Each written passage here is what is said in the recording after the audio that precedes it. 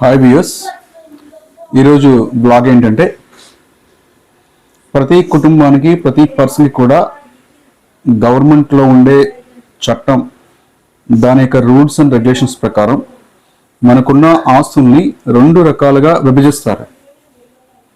So అందులో first ఏంటంటే స్థిరాస్తులు. ఫస్ట్ రకం స్థిరాస్తులు అంటే మనకున్న భూములు, ఖాళీ స్థలములు, ఇల్లు, అపార్ట్మెంట్లో ఉండే ఫ్లాట్స్, ఇవన్నీ కూడా స్థిరాస్తుల కింద పరిగణిస్తారు.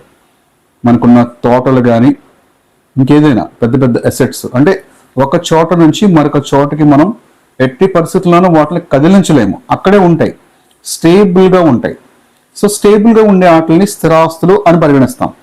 అలాగే నెక్స్ట్ అన్స్టేబుల్ అంటే ఒక చోట నుంచి మరొక చోటకి మూవ్ చేయొచ్చు. అవి ఏంటంటే వాటిని చరాస్తులు అంటారు.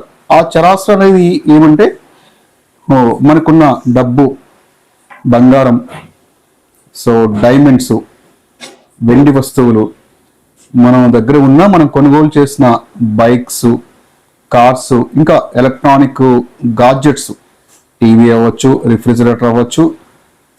అలాగే పంట అయిన తర్వాత తీస్తాం, అది పండిన తర్వాత కోస్తాం కదా, ఫ్రూట్ అవ్వచ్చు, వర అవ్వచ్చు, ఇంకొక ఏమన్నా ఫ్లవర్స్ అవ్వచ్చు, ఏదైనా పంట అనంతరం వచ్చేదాన్ని కూడా చరాస్తి కిందే మనం పరిగణిస్తాం. అర్థమవుతుందా? అంటే ఏదైతే మనం మూవ్ చేయగలమో అవి స్థిరాస్తులు. ఏదైతే మనం మూవ్ చేయలేమో అవి స్థిరాస్తులు.